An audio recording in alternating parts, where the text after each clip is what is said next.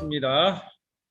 무더운 날이 계속되고 있어서 여기 현장에 오신 분들은 다 이렇게 땀에 일단 젖었다가 그래도 에어컨 트니까 좀 시원하네요. 지난번에 저희가 지금 10과에서 5번까지 그 가상칠언의 말씀들까지 좀 급하게 거기까지 보고 끝났거든요. 그래서 오늘 그 예수님의 십자가 죽음의 결과들 나머지 부분을 10과 조금 남았는데 이 부분 하고 제 예상으로는 한 13과 빨리 해야 14가 뭐 이렇게 할 수 있지 않을까 싶은데요. 자, 보겠습니다. 예수님의 십자가의 죽음의 결과들이 무엇이냐.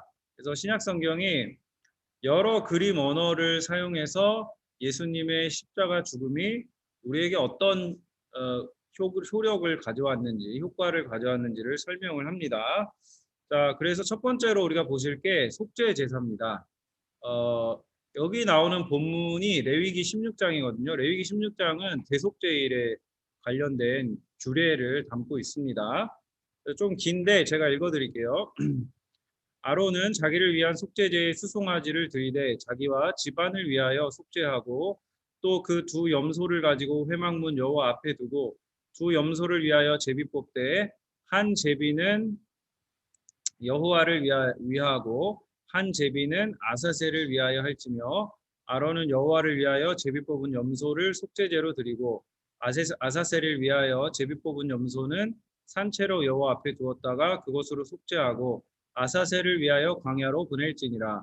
아론은 자기를 위한 속죄제의 수송아지를 드리되 자기와 집안을 위하여 속죄하고 자기를 위한 그 속죄제 수송아지를 잡고 향로를 가져다가 여호와 앞 제단 위에서 피운 불을 그것에 채우고 또 곱게 간 향기로운 향을 두 손에 채워가지고 휘장 안에 들어가서 여호와 앞에서 분향하여 향연으로 증거궤 위 속죄소를 가리게 할지니 그리하면 그가 죽지 아니할 것이며 그는 또 수송아지의 피를 가져다가 손가락으로 속죄소 동쪽에 뿌리고 또 손가락으로 그 피를 속죄소 앞에 7번 뿌릴 것이며 또 백성을 위한 속죄제 염소를 잡아 그 피를 가지고 휘장 안에 들어가서 그 수송아지 피로 행함같이 그 피로 행하여 속죄소 위와 속죄소 앞에 뿌릴지니 곧 이스라엘 자손의 부정과 그들이 범한 모든 죄로 말미암아 지성소를 위하고 속죄하고 또 그들의 부정한 중에 있는 회막을 위하여 그같이 할 것이요 그가 지성소에 속죄하러 들어가서 자기와 그의 집안과 이스라엘 온 회중을 위하여 속죄하고 나오기까지는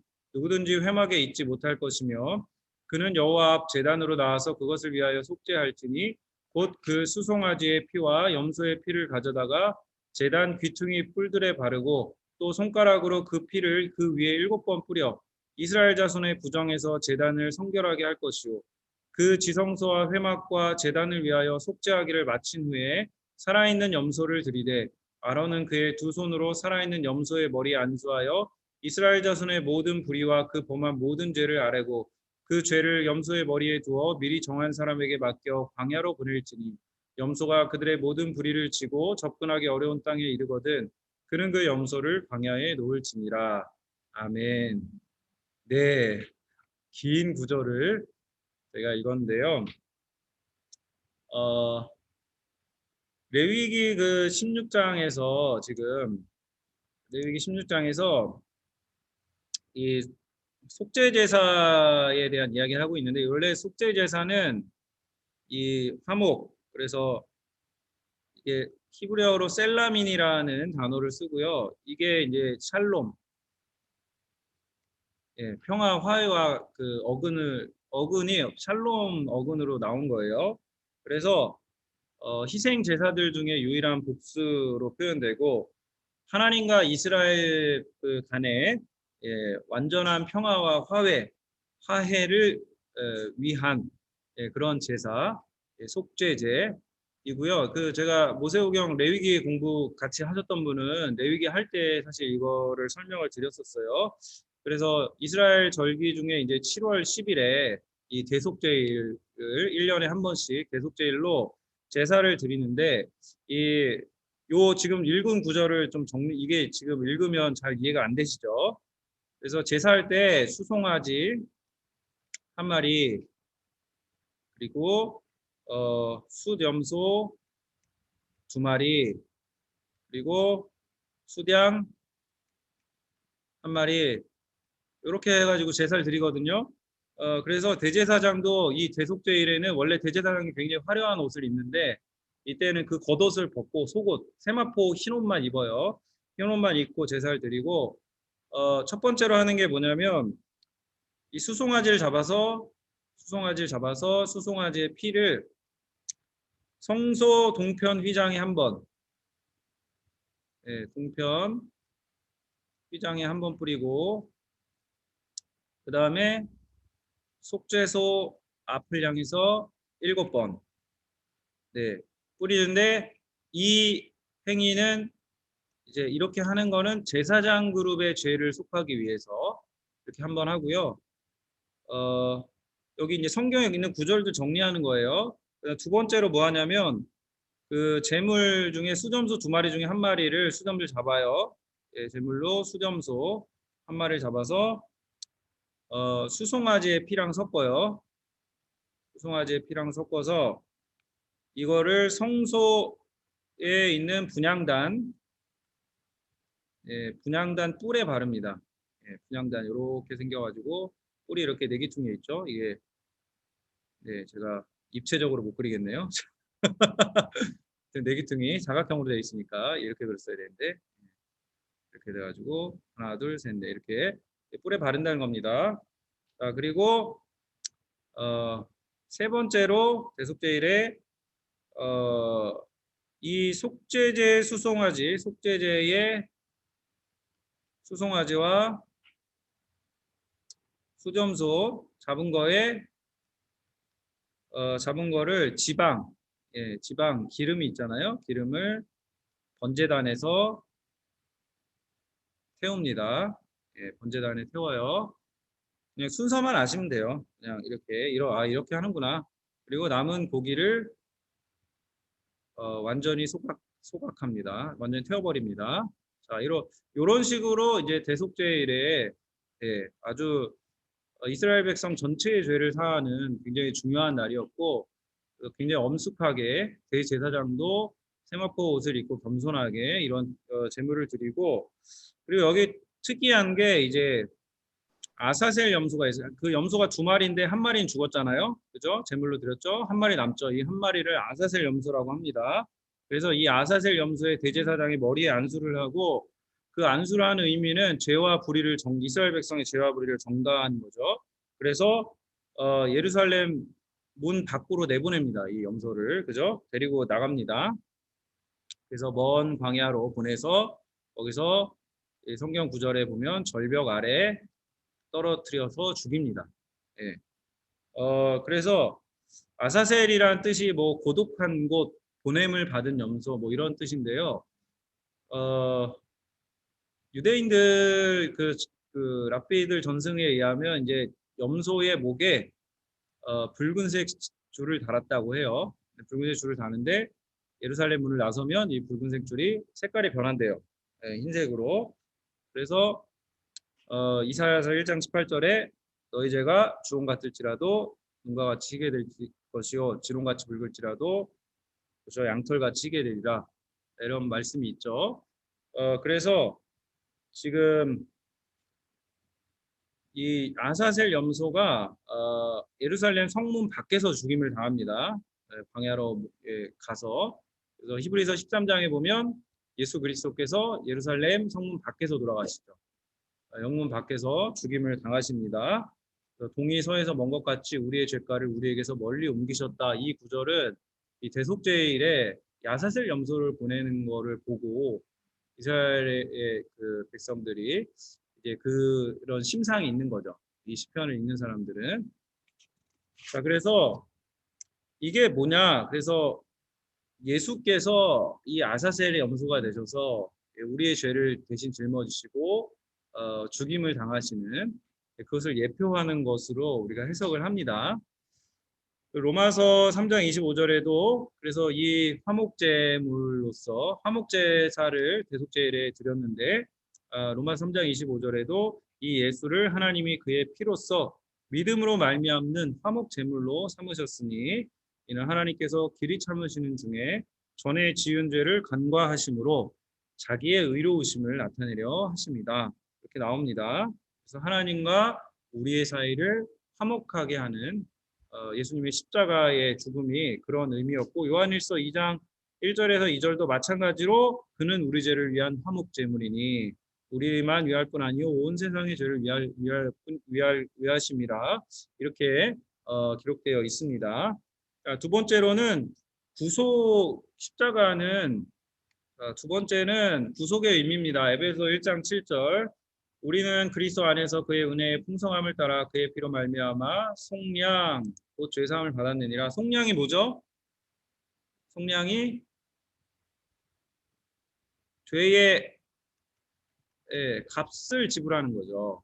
그렇죠? 그래서 1세기 당시에 노예 제도가 있었죠. 그 노예들은 다 그 노예 증서가 있어요. 근데 이 노예는 누군가 주인에게 속해 있는데 이 노예가 자유민의 신분이 되려면 누군가가 많은 값을 지불하고 이 노예를 사야 됩니다. 사서 이 증서를 가져옵니다. 근데 예수님이 하신 일은 속량이라는 말은 값을 치르고 노예의 값을 치르고 이 증서를 사셔서 이걸 찢어버리는 겁니다. 그래서 더 이상 너는 노예가 아니고 나의 아들이라고 말씀하시죠. 그래서 속량은 값을 주고 값을 치르고 우리를 구원하시는 구속의 은혜다. 대속이란 말도 쓰고 디모데전서 2장 5절에도 그가 모든 사람을 위하여 자신을 대속물로 주셨다. 네, 십자가는 대속의 의미가 반드시 포함됩니다. 너희가 알거니와 너희 조상이 물려준 헛된 행실에서 대속함을 받은 것은 그렇죠? 대신 속하여졌다. 요한계시록에서도 예수 그리스도께서 사람들을 백성과 나라 가운데서 피로 사서 하나님께 드리셨다. 그러니까 십자가의 피로 지금 이 모든 일들을 감당하셨다. 이렇게 나오고요. 이 십자가를 통해서 하나님이 우리를 의롭다 칭해 주시죠. 로마서 5장 9절에 어떻게 나옵니까? 우리가 이제 그의 피로 말미암아 의롭다 하심을 받았으니 그래서 전통적으로는 이 의를 법정적인 개념이죠. 그 어떤 재판 자리에서 너는 무죄야라고 선고를 받는 그런 의미로 굉장히 전통적으로 우리가 칭의를 이해해 왔고 최근에는 이걸 관계적인 의미에서도 이해하려는 시도들이 많이 있습니다. 그래서 하나님과의 관계의 회복, 하나님과 올바른 관계에 들어가는 것이 칭의다. 그죠? 그 칭의에 있어서 그래서 뭐 세관점 1세기 팔레스타인 유대교에서 정말 법정적 개념으로만 칭의를 믿었냐? 세관점이라는 학파가 등장하고 뭐 여기서 막 이게 전에 원래 관점이 구관점이고 막 이렇게 논쟁이 있어요. 네. 그래서 칭의라는 개념을 뭐 제가 보기엔 더 풍성하게 우리가 이해할 수 있도록 학자들이 많은 노력을 기울였는데 우리 입장에서는 뭐 이렇게 어려운 얘기들을 하고 있나 뭐 그럴 수 있는데 또 우리가 이제 법정적인 개념으로 너무 생각하니까 법정에서 선고가 났으니까 우리가 살면 어떻게 되든 간에 구원받는다. 약간 이런 반쪽짜리 복음으로 우리가 복음을 온전하게 이해를 못해 하나님과의 관계 안에 있기 때문에 주가 바뀐 거기 때문에 우리가 올바르게 주님 앞에 살아가야 되는데 그런 면이 참 강조되지 못하는 그런 측면들도 있었습니다. 자, 그래서 하나님이 여기 로마서 5장에 보면 화목이 많이 나오죠. 화목은 왜 많이 나올까요? 화목. 바울이 하나님과 자기가 원수되었었거든요. 예수님 만나기 이전에. 그래서 바울만이 독특하게 쓰는 용어입니다. 하나님과 내가 원수였는데 화목하게 되었다. 자, 고린도후서 5장 17절 19절 우리 잘 아는 말씀이죠. 누구든지 그리스도 안에 있으면 새로운 피조물이다. 이전 것은 지나갔으니 보라 새 것이 되었도다. 우리가 생각하는 것보다 구원은 굉장히 이 급진적이고 혁명적인 개념인 것 같아요. 우리가 예수 그리스도를 믿음으로 우리는 사실 우리가 느끼기에는 그게 굉장히 막 이렇게 영혼이 완전히 거듭나고 여기 영어로 뉴 크리에이션이라고 말하거든요. 완전히 새롭게 됐다라고 얘기하는데 그게 실제적으로 여러분 구원받았을 때 그런 걸 느끼셨나요? 이게 못 느낄 수도 있는 거예요. 왜냐하면 이 몸을 입고 있는 우리는 몸으로는 그런 게 잘 안 느껴져요. 예. 근데 하나님이 그 은혜를 주시죠. 그 은혜를 주셔서 우리가 받은 구속의 은혜, 구원의 은혜가 얼마나 놀라운 것인지를 깨닫고 알게 하시는 그 성령이 우리로 하여금 그 구원이 이 새롭게 거듭나게 되었다는 게 얼마나 놀라운지를 우리가 신앙생활 하면서 깨닫게 해주시는 그런 은혜를 주십니다. 그래서 사실은 제가 보기엔 반드시 그런 은혜를 경험해야 되고 그 구원의 은혜가 우리에게 있어야 그 은혜를 붙들고 살아가지 그 은혜가 경험되지 않고 그냥 교리적으로 머리로 지식으로 하나님이 이렇게 해서 십자가에서 화해하고 구원하셨어. 이게 그냥 교리적으로만 전달이 되면 우리 신앙생활이 굉장히 이 성경에 나오는 바리새인들과 같이 되기가 쉽습니다. 설사 우리가 은혜를 받았어도 하나님의 은혜를 계속해서 공급받지 못하면 또 바리새인처럼 되기가 쉽고 그래서 매일매일 하나님 우리에게 부어주시는 은혜를 우리가 구해야 돼요. 그죠? 그래서 바울이 여기서 또 얘기하잖아요. 화목하게 하셨다. 화목하게 하셨다. 예, 우리가 오래 믿으면 또 모태신앙 저 같은 모태신앙들이 잘 못 느껴요. 그런 거를. 그런데 바울은 극적으로 그 하나님과 화해를 경험했기 때문에 이 화목을 계속 얘기하는 거예요. 화목을. 하나님과 화목하게 됐다. 화목하게 됐다. 화해했다. 예. 우리가 괜찮은 사람이 아니었다.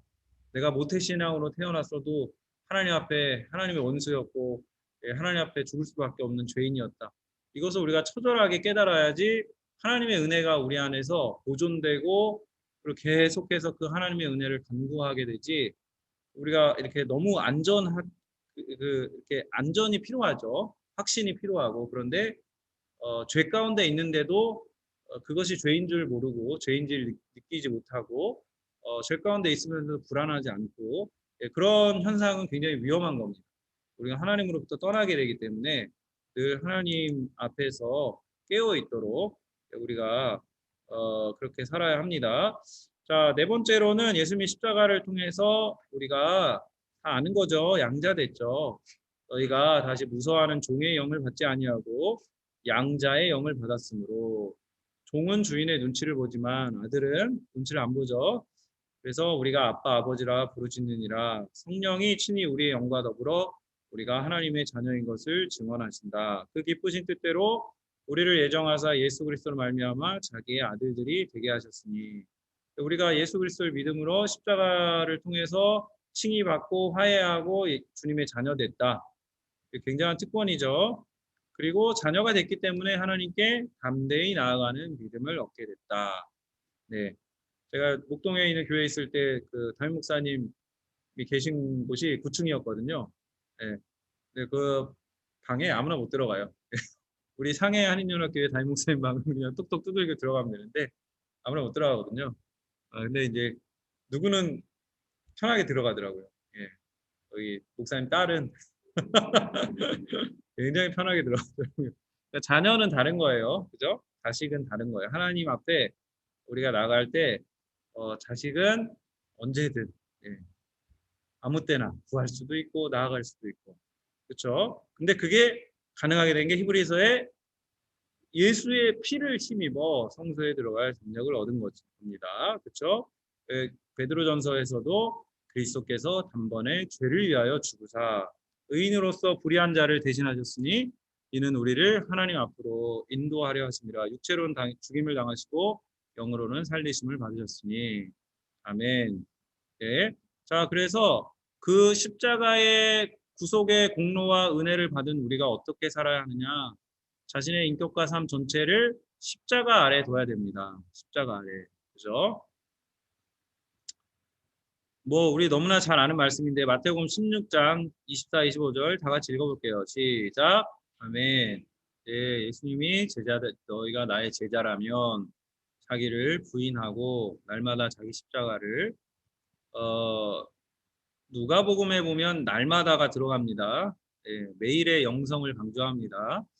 날마다 자기 십자가를 지고 나에게 그 나의 하루가 이렇게 매일 좋을 수는 없잖아요.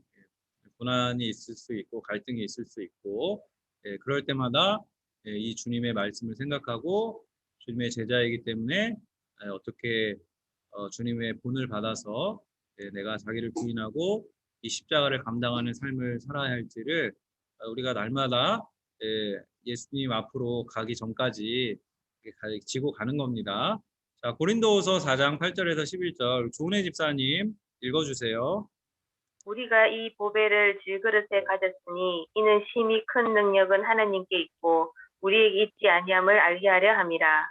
우리가 사방으로 우겨쌈을 당하여도 쌓이지 아니하며 답답한 일을 당하여도 낙심하지 아니하면 박해를 받아도 버림받지 아니하면 거꾸로 뜨림을 당하여도 망하지 아니하고 우리가 항상 예수의 죽음을 몸에 짊어짐은 예수의 생명이 또한 우리 몸에 나타내게 하려 함이라. 우리 살아있는 자가 항상 예수를 위하여 죽음에 넘겨짐은 예수의 생명이 또한 우리 죽을 육체에 나타내게 하려 함이라. 아멘. 네, 우리 몸은 질그릇 같지만 우리가 우리를 볼 때는 능력이 없지만 우리 안에 계신 예수께서 우리의 능력이 되어 주시고 그래서 사도 바울이 복음을 전하면서 사방으로 우겨쌈을 당하고 답답한 일을 당하고 박해를 받고 거꾸로 뜨림을 당해도 예수의 생명이 그 안에 있었기 때문에 그것을 다 감당할 수 있었고 예수의 생명이 내 육체에도 나타나기를 소망하고 또 그렇게 나타나는 삶을 살았다라고 고백을 합니다. 우리도 그런 이렇게 고백할 수 있는 예수의 생명을 우리 육체에 나타내는 그러한 삶을 살라고 주님이 우리를 제자로 부르셨다라는 거 우리가 기억해야 되고요. 같은 맥락인데요. 자아를 부인하는 것. 내가 그리스도와 함께 십자가에 못 박혔나니 그런즉 이제는 내가 산 것이 아니요 오직 내 안에 그리스도께서 사시는 것이라. 이제 내가 육체 가운데 사는 것은 나를 사랑하사 나를 위하여 자기 자신을 버리신 하나님의 아들을 믿는 믿음 안에서 사는 것이라. 더 이상 나를 위하여 사는 것이 아니라 주님을 위하여. 네, 우리가 말씀에 자꾸 우리를 노출해야 돼요. 자꾸 잊어버리니까. 맨날 봐도 맨날 새롭고. 그렇죠? 자, 세 번째, 우리 몸을 하나님은 우리 몸이 필요 없는 것이 아니라 우리 몸이 중요하고 우리 몸으로 이 십자가를 지는 삶을 증명하기를 원하십니다. 로마서 12장 1절 지난번에 우리가 봤었죠. 너희 몸을 하나님이 기뻐하시는 제물로 드려라. 그렇죠?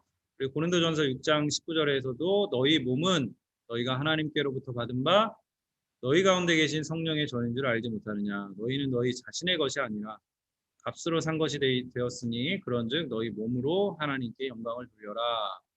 그래서 고린도 교회의 음행하는 문제들 때문에 바울이 음행하는 자, 창기합하는 자는 그와 한 몸이 되었다. 그래서 다른 죄는 몸 밖으로 죄를 짓는 거지만 음행은 몸에다 죄를 짓는 거다. 하나님이 음행에 대해서 몸에 짓는 죄라고 얘기를 하세요. 그래서 저희 고등부 애들하고 이거 할 때도 십계명에서 이 얘기 할 때도 결혼 전에 사랑하면 자도 되냐, 동거해도 되냐, 안 된다. 그래서 이 구절을 애들하고 나눴는데 참 그러니까 이런 문화나 어떤 영상이나 애들이 이런 것들을 굉장히 많이 접했기 때문에 그 가치관과 세계관에 이렇게 굉장히 이렇게 강하게 사로잡혀 있고 또 합리적이라고 생각을 하더라고요. 동거하거나 이런 문제들을 굉장히 우리 다니는 애들이 많이 그래요. 그래서 잘 가르쳐야 되고 말씀을 자꾸 비춰줘야 되고 여러분도 이제 우리 여기 계신 분들은 우리 권사님들이 많으시기 때문에 때가 다 지났지만 어쨌든 우리 줌에 계신 분들, 청소년 자녀들, 또 어린 자녀들에게 몸을 잘 소중히 여기고 몸으로 하나님께 영광을 돌리는 삶을 살아야지. 이 몸이 내가 얼마든지 내 뜻과 의지로 내 것이기 때문에 내가 결정한 대로 내가 움직일 수 있고 내가 행할 수 있는 그런 자유를 가지고 있다라고 생각하면 안 되는 걸로 이렇게 설명을 해줘야 됩니다. 자, 로마서 6장 12절 14절 최경혜 집사님 읽어줄 수 있나요? 우리가 알거니와 우리의 옛사람이 예수와 함께 십자가에 못 박힌 것은 죄의 몸이 죽어 다시는 우리가 죄에게 종노릇하지 아니하려 함이니 그러므로 너희는 죄가 너희 죽을 몸을 지배하지 못하게 하여 몸의 사욕에 순종하지 말고 또한 너희 지체를 불의의 무기로 죄에게 내주지 말고 오직 너희 자신을 죽은 자 가운데서 다시 살아난 자와 같이 하나님께 드리며 너희 지체를 의의 무기로 하나님께 드리라. 죄가 너희를 주장하지 못하리니 이는 너희가 법 아래에 있지 아니하고 은혜 아래에 있습니다. 아멘. 아멘. 감사합니다. 네, 바울이 우리 몸이 죄의 몸이 죽었고 더 이상 죄에게 하지 않는 존재이기 때문에 죄가 너희를 지배하지 못하게 하고 너희 지체를 불의의 무기로 주지 말고 하나님께 드리고 의의 무기로 너희 몸을 드려라 말씀하십니다. 그래서 우리가 몸적 존재로서 이 몸을 하나님 앞에 그리고 사람들 앞에 어떻게 하면 예수 그리스도의 그 십자가의 그 은혜와 능력을 드러낼 수 있을지 이것을 고민을 해야 됩니다. 제가 최근에 본 영상에 그분이 마이크로소프트 이사인가 그러더라고요. 한국 동아시아 뭐 있죠. 근데 이거 마이크로소프트가 이게 한창 침체에 있다가 뭐 벗어났다고 하는데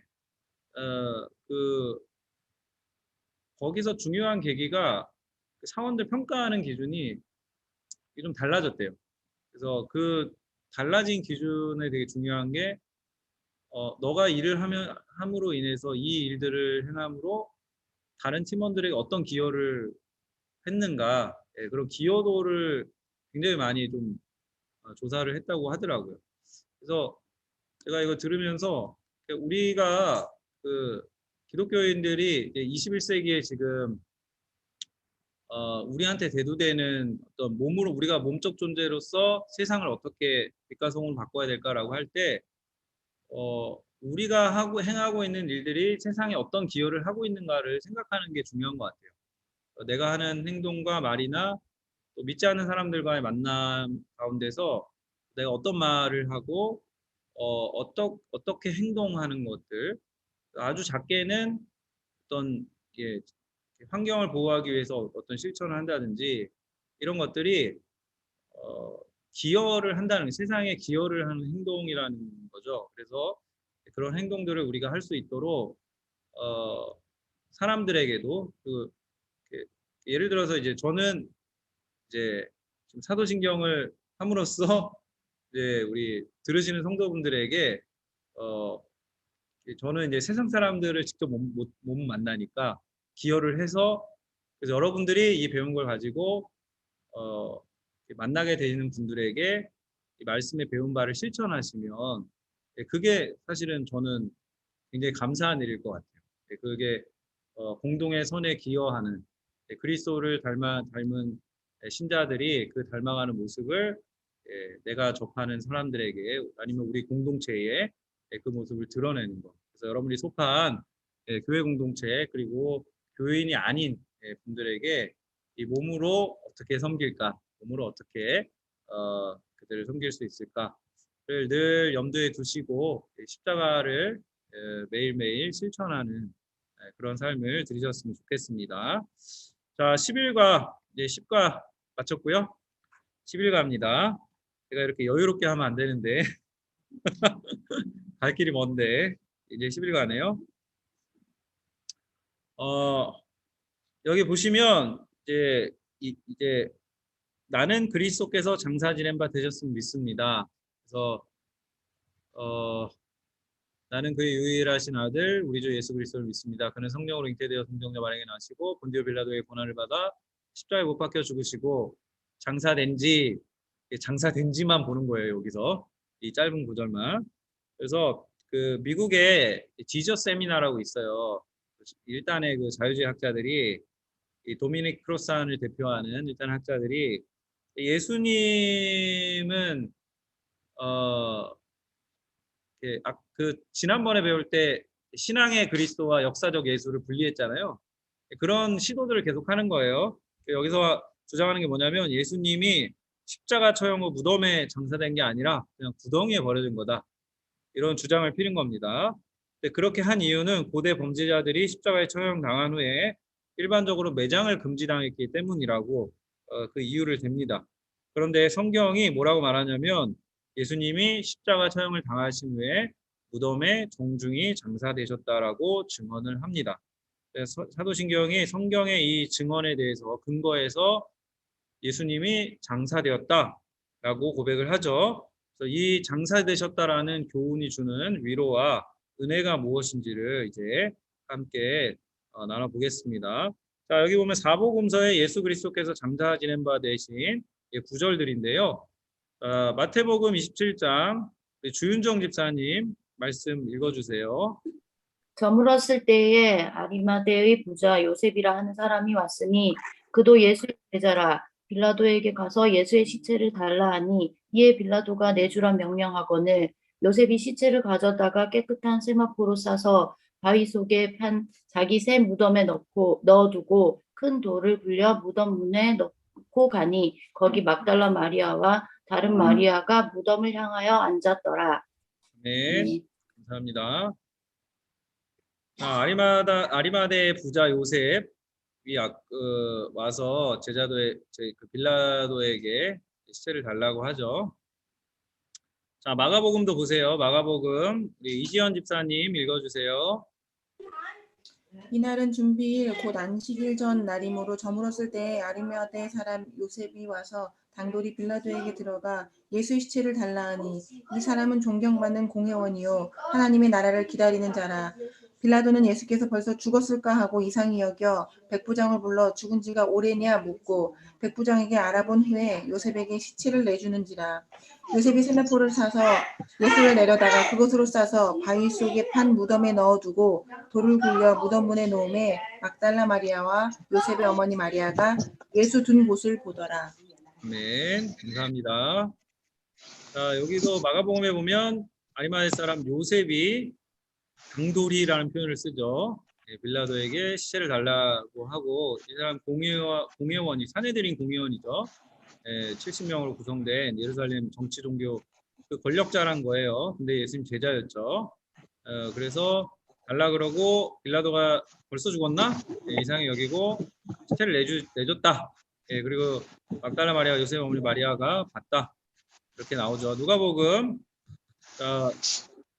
윤정숙 집사님 누가복음 읽어주세요. 네. 공회의원으로 선하고 의로운 요셉이라 하는 사람이 있으니 그들의 결의와 행사에 찬성하지 아니한 자라. 그는 유대인의 동네 아리마대 사람이요 하나님의 나라를 기다리는 자라.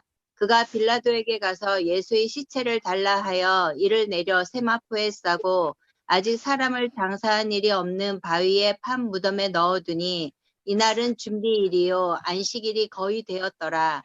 갈릴리에서 예수와 함께 온 여자들이 뒤를 따라 그 무덤과 그의 시체를 어떻게 두었는지를 보고 돌아가 향품과 향유를 준비하였더라. 아멘. 네. 자, 여기는 누가복음에서는 그들의 결의와 행사에 찬성하지 않았다. 요셉이 하나님 나라를 기다렸다. 이렇게 나오고요.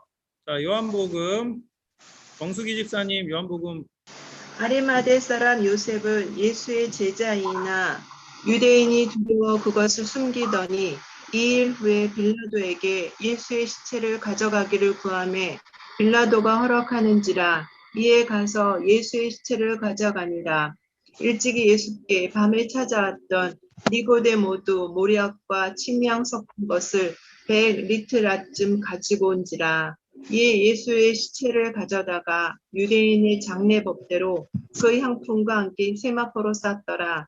예수께서 십자가에 못 박히신 곳에 동산이 있고 동산 안에 아직 사람을 장사한 일이 없는 새 무덤이 있는지. 네. 여기 보면 요한복음은 니고데모도 여기 있었다라고 얘기를 하죠. 그렇죠? 침향 섞인 걸 100리트라쯤 가져왔다. 이 복음서, 사복음서 기사들을 종합하면 이렇게 됩니다. 예수님의 시신은 십자가 처형 후 정중하게 잘 수습이 되었고요. 여기에는 사내들인의 일원이자 부자였던 아리마대 사람 요셉이라는 사람이 중요한 역할을 수행한 것을 알 수 있습니다.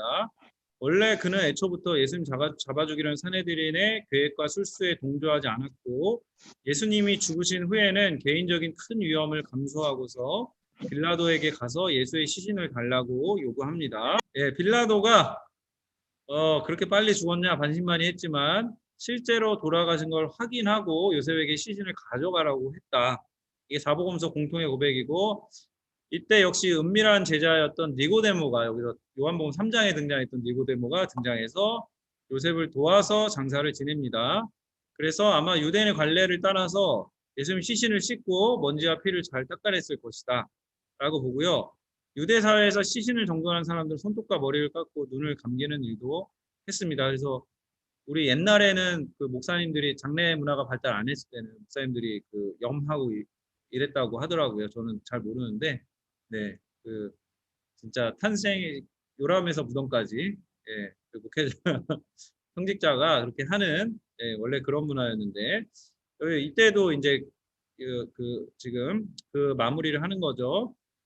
예수님의 시신을 씻은 후에 100리트라라고 나왔죠. 34kg 정도 되는 향료, 몰약과 침향을 쌌고 침향은 시체가 부패할 때 나온 역겨운 냄새를 줄이기 위한 방향제였다라고 합니다. 이 일을 마친 후에 시체를 세마포에 싸서 바위를 깎아 만든 요셉의 새 무덤에 정중히 안치하고 입구를 봉했다. 예수님의 어머니를 위시한 몇몇의 여인들이 이 장면을 내내 지켜보았다. 목격자들도 있었다. 자, 이렇게 정리가 될 수 있습니다. 그래서 예수님이 장사되신 것이 그러면 무슨 의미냐? 예수님 죽음의 장면에서 십자가 처형으로 끝나지 않고 무덤에 장사된 것까지 기술하는 서술하는 것은 세 가지 이유를 생각해 볼 수 있습니다. 첫 번째는 예언의 성취입니다.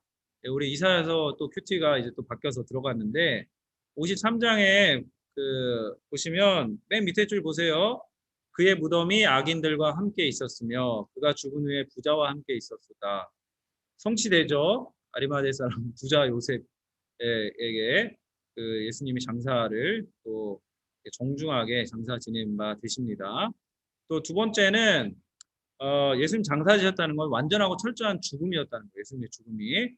그래서 어떤 사람들이 무례한 사람들이 함부로 주장하듯이 눈속임이나 말장난, 상상력으로 일어난 일이 아니라 만약에 그랬으면 우리의 구원이 역사적 근거가 없는 착각에 불과한 것이고 우리의 구원이 헛것이겠죠. 그러나 예수님 죽음이 너무나 확실하고 사람들은 그분을 장사 지내지 않을 수 없었고 예수님은 우리의 허물을 짊어지고 분명하게 죽으셨다는 것이 성경의 증거입니다. 그리고 3번에 보시면 부활의 역사성을 예비했다. 그래서 기독교의 위대함은 바로 빈 무덤에 있습니다. 예수님께서 애초에 무덤에 장사되지 않았다면 우리가 빈 무덤을 어떻게 믿을 수 있습니까? 부활도 마찬가지로 연결된다는 것이죠. 그래서 무덤에 장사되신 것은 무덤 문을 열고 사망의 권세를 부수시고 부활의 길을 예비하시는 것입니다. 자, 3번 넘어가 보시면 자, 예수님의 죽음이 우리에게 주는 교훈들. 우리는 우리의 구세주이시요 인류의 메시아이신 예수 그리스도의 십자가의 죽음과 무덤에 장사된 사건을 통하여 다음과 같은 교훈과 위로를 얻습니다. 자, 첫 번째, 죽음은 사명의 완수와 일치해야 합니다. 자, 그래서 요한복음 19장 30절에 다 이루었다 하시고 머리를 숙이시니 영원히 떠나가시니라. 예수님이 사명을 다 완수하셨다는 의미죠. 바울도 이런 얘기를 하죠. 전제와 같이 포도주를 부어드리는 제사와 같이 내가 부어지고 내가 죽을 때가 가까웠다. 선한 싸움을 마치고 나의 달려갈 길을 마치고 믿음을 지켰으니 이제 후로는 나를 위하여 의의 면류관이 예비되었으므로 주 곧 의로우신 재판장이 그날에 내게 주실 것이고 내게만 아니라 주의 나타나심을 사모하는 모든 자에게 주실 것이다 말씀하고 있습니다. 자, 두 번째로 신자의 죽음은 다른 사람들에게 거룩한 감동과 선한 영향력을 나타내야 합니다. 자, 요한복음 아까 봤던 거에 보시면 여기 있잖아요. 아리마대 사람 요셉이 원래는 유대인이 들어와서 그것을 숨겼어. 예수님 제자지만 그러나 예수님의 십자가 죽음을 보고 2일 후에 빌라도에게 예수의 시체를 달라고 구한 겁니다. 예수님의 십자가 죽음을 보고 그리고 나서 용기가 생긴 거예요. 그 빌립보서 1장 12절 14절에서도 바울이 그 예수님을 본받아서 어떻게 합니까? 형제들아 내가 당한 일이 도리어 복음 전파의 진전이 된 줄을 너희가 알기를 원하노라. 이러므로 나의 매임이 그리스도 안에서 모든 시대 안과 그 밖에 모든 사람에게 나타났으니 형제 중 다수가 나의 매임으로 말미암아 주 안에서 신뢰함으로 겁없이 하나님의 말씀을 더욱 담대히 전하게 되었느니라. 자, 여러분 보세요. 빌립보서에 보면 여기 옥중서신이죠. 바울이 감옥에서 쓴 편지인데 바울이 투옥됐죠. 예, 바울이 투옥된 것이 바울은 지금 뭐라고 얘기냐면 복음의 진전이다.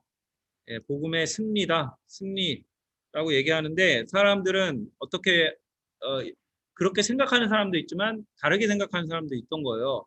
바울이 하나님의 대리인으로서 복음을 전했는데 저렇게 갇힌 거 보니까 바울이 사탄에게 패한 거 아니냐, 하나님이 패한 거 아니냐, 복음의 후퇴다 오히려 이렇게 주장하는 사람들이 있었어요. 그죠? 그런데 바울이 지금 여기서 뭐라고 합니까? 내가 매인 것이 오히려 이 복음이 그리스도 안에서 모든 시위대 안과 로마의 경호대 사람들 있잖아요. 이 군인들 경호대 사람들이 처음에 바울이 죄가 있어서 들어온 줄 알았는데 정치적 이유로 들어온 줄 알았는데 그게 아니라 종교적 이유로 들어왔고 그것 때문에 재판을 받는 것을 알게 됐어요. 그래서 바울을 보고서 이 시위대 안에 있는 사람들도 바울을 신뢰하고 그리스도를 신뢰하는 일들이 나타났다. 그래서 내가 복음 때문에 갇혔지만 이 갇힌 곳에서 복음의 진전이 일어나고 있다. 그러므로 내가 후퇴하고 패배한 게 아니라 나는 승리한 거다. 나는 더욱 담대히 전하고 있다. 라고 이런 바울이 굉장히 아주 거룩한 감동과 선한 영향력을 빌립보 교인들이 이 편지를 읽으면 얼마나 감동이 되겠어요? 그런 은혜들을 나타냅니다. 예.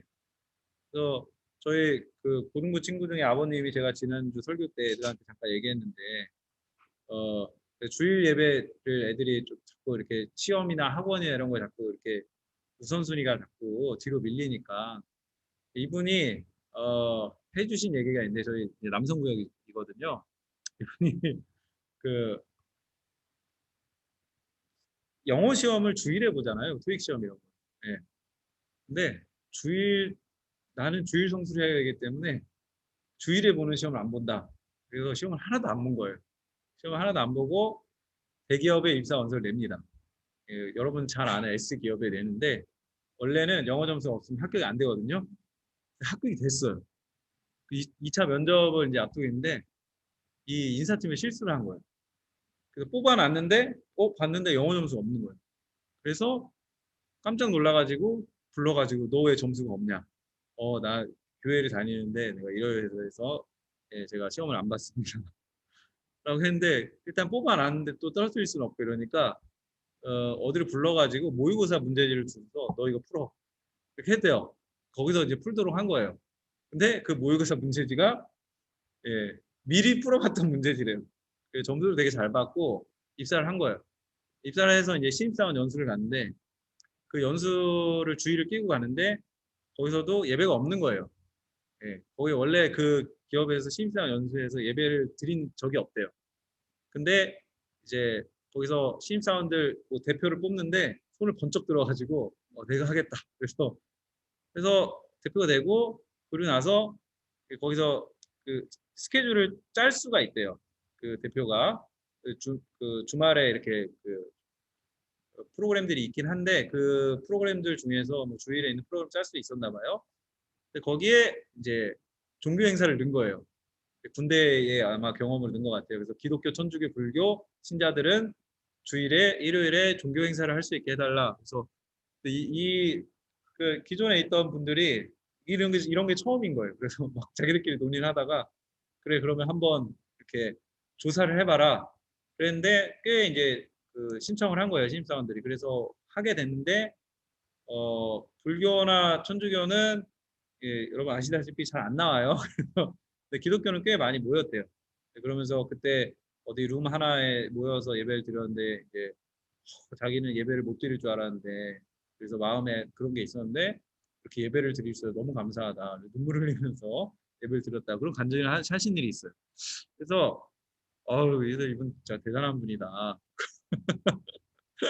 라고 생각을 했는데 그런 이렇게 우리가 약간 이게 옛날에는 그런 신앙이 되게 많았어요. 그죠? 이렇게 약간 그 속된 말로 이게 똘끼라 그러죠. 그래서 믿음으로 다 된다 그래서 이게 많았는데 요즘에는 조금 이제 그런 게 좀 부작용도 있기도 했고 그리고 사실 그런 간증이 좋은데 보편적으로 적용되기가 힘들어요. 그래서 저는 애들한테 영어 시험은 그래도 있으면 봐라고 했어요. 보라고 하고 다른 때 저녁이라도 예배 드려라 했는데 어쨌든 어, 이렇게 우리가 그런 삶을 좀 이렇게 하나님 앞에서 특심하게 그런 삶의 그런 자취들을 남겨야 되고 하나님이 또 그것을 기억하세요. 하나님이 기억하시고 또 우리의 믿음을 기뻐하시니까 거룩한 감동과 선한 영향력을 나타내는 삶이 우리에게 필요하다.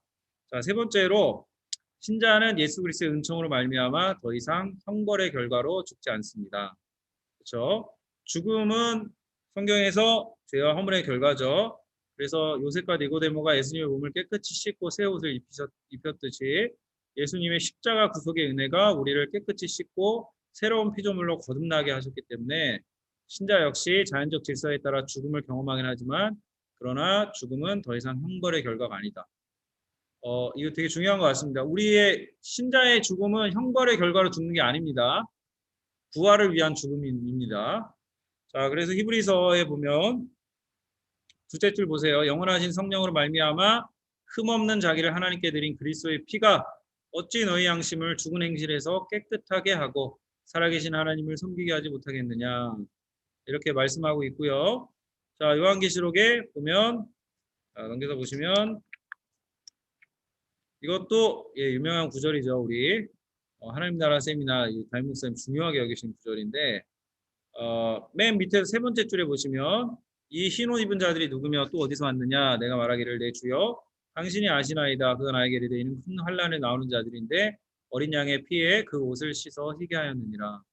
예수 그리스도의 죽음을 통해서 우리가 죽음을 보지 않고 하나님 앞에서 살아있는 존재로 부활하게 될 것이라는 것 그것이 우리의 소망이고 우리의 육체적 죽음은 형벌로서의 죽음이 아니다. 새로운 문으로 들어가는 관문이다. 이것을 기억하셨으면 좋겠고요. 4번이 그래서 그걸 이야기를 하고 있죠. 신자의 죽음을 통해 몸의 질서, 시간의 질서, 타락의 질서로부터 해방되고 성화가 완성됩니다. 그러므로 신자는 죽음을 두려워해서는 안 됩니다. 죽음은 신자에게 가장 영광스러운 기회다. 고린도전서 15장 42절에서 43절 김태겸 집사님 죽은 자의 부활도 그와 같으니 썩을 것으로 심고 썩지 아니할 것으로 다시 살아나며 욕된 것으로 심고 영광스러운 것으로 다시 살아나며 약한 것으로 심고 강한 것으로 다시 살아나며 육의 몸으로 심고 신령한 몸으로 다시 살아나나니 육의 몸이 있은즉 또 영의 몸도 있느니라. 아멘. 네. 자, 부활 15장 부활장이죠. 그래서 우리 이 바울이 이 식물의 씨를 비유합니다. 식물의 씨가 이제 보잘것없는데 그걸 심어놓고 보면은 아주 아름다운 꽃이 되기도 하고 아주 그 고상하고 아름다운 생명체로 완전히 탈바꿈하는 것처럼 우리 지금 몸도 지금은 우리가 노쇠하고 힘이 들어가고 갈수록 죽음에 가까우는 증상들이 나타나지만 그러나 우리 몸 자체가 그런 씨의 역할을 한다는 거예요. 그래서 부활하면 아주 영광스러운 모습으로 부활하게 될 것이라는 소망을 우리에게 이 말씀을 통해서 바울이 이 비유를 통해서 주고 있습니다. 자, 고린도후서 4장 16절에서 18절. 그러므로 우리가 낙심하지 아니하노니 우리의 겉사람은 낡아지나 우리의 속사람은 날로 새로워지도다. 우리 권사님들 여기 많이 계신데요. 겉사람은 낡아지나 속사람은 새로워집니다. 주의 은혜가 그렇게 함께 하실 줄로 믿습니다. 빌립보서 1장 23절 내가 그 둘 사이에 끼었으나 차라리 세상을 떠나서 그리스도와 함께 있는 것이 더 좋은 일이라. 바울은 주님과 함께 하기를 소망했습니다. 요한계시록 또 내가 들으니 하늘에서 음성이 나서 이르되 기록하라 지금 이후로 주 안에서 죽는 자들은 복이 있도다 하심에 성령이 이르시되 그러하다 그들이 수고를 그치고 쉬리니 이는 그들의 행한 일에 따름이라 하시더라. 아멘. 그래서 우리가 그 죽음을 맞이할 때 오늘날 그 의료가 너무 발달해서 우리의 생명을 이렇게 예를 들어서 이렇게 의식이 없는데 연장시키는 그런 게 가능한 거예요. 그렇죠? 그래서 연장 치료라고 하는데 이게 그 구분이 되는 겁니다. 안락사랑 다른 겁니다. 연장 치료는. 그래서 연장 치료를 거부하는 거는 내 생명을 내가 죽이겠다는 게 아니라 자연적인 죽음의 때에 내가 죽겠다라는 거지. 연장 치료하는 거는 사실 이게 큰 의미는 없잖아요. 예를 들어 우리가 의식이 없는데 아니면 굉장한 고통 가운데 있는데 그걸 연장하는 거는 사실 우리가 노년의 마지막 생애의 순간을 어떻게 하면 주님 앞에서 행복하게 그 마지막 순간을 만나고 주님께로 갈 수 있을까를 이렇게 미리 생각을 해보시고 제가 왜 이 말씀 드리냐면 제가 전에 있던 그 교회에서 한 권사님이 이제 암에 걸리셨어요. 그래서 몇 개월 있다 돌아가셨는데 끝까지 내가 그 병을 고칠 수 있다는 소망을 버리지 않고 돌아가신 거예요. 네.